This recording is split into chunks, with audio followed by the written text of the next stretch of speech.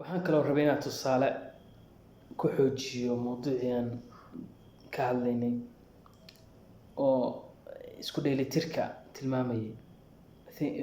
thinking-ka iyo iyo feelings-ka macnaha mantiqiyada iyo macnaha caadifada. tusaale hadda waxaa مثلا dhakhtaradoo kale inta filligiina usoo galo dhakhtaradoo kale waxaa lagu haddii caadifadiisa ka tambadiso mantiqiyadiisa waxaa dhici karta aqoontii uu soo bartay iyo wixii uu yaqaanay oo dhan inay macnaha ku feelgarowdo sababta waxa weeye waxa u batay mantiqiyadii waxa u batay caadifadii. walidaalika waxaa lagula taliyaa dhakhaatiirta oo inta badan ka mid ah in aysan ehelkooda aysan daweyn ama ay qaliinba aysan ku sameyn. sababta waxa weeye waxaa dhici karta qof haddii la yiraahdo dhakhtar ah oo maalin kasta prescription sameeya haddii la yiraahdo hooyada dawo usoo qoro kale inuu aad confuse ugu noqdo feelingskiisa wax badan uu ka shaqaysiiyo oo caadifadiisa wax badan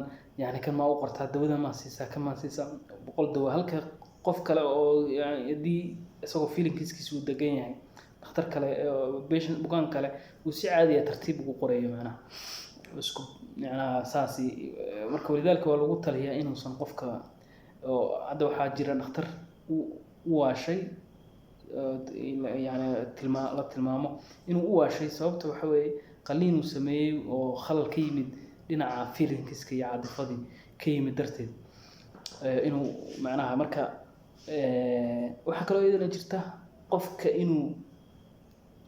boqolkiiba boqol mantiqi yahay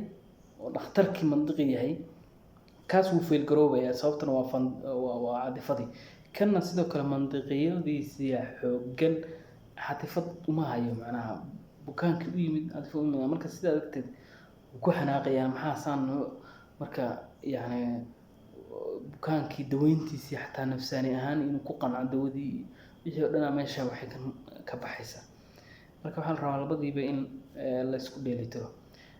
checkpoint kale asagana jira oo ramayna asagana si raaciyo oo ah sida shakhsiyadda ay u samaysan tahay inuu qofkii yahay qof furfuran oo macnaha furfuran ilaa xad macnaha dadka dhan furfuran waxay iyadana sidoo kale saameyn ku yeelanaysaa macnaha emotional intelligence iyo qof macnaha xirxiran waa qof furfuran oo xadka aad u furfuran iyo qof aad u xirxiran marka waxaa u dhaxeeya labadooda mid furfuran haddana dee aan aad u furfurnayn macnaha somehow xirxiran. waxaa kaloo jira kan aadka u xirxiran waxaa ka dhow mid xirxiran haddana xoogaa munfatixa oo dadkii la tacaamuli kara.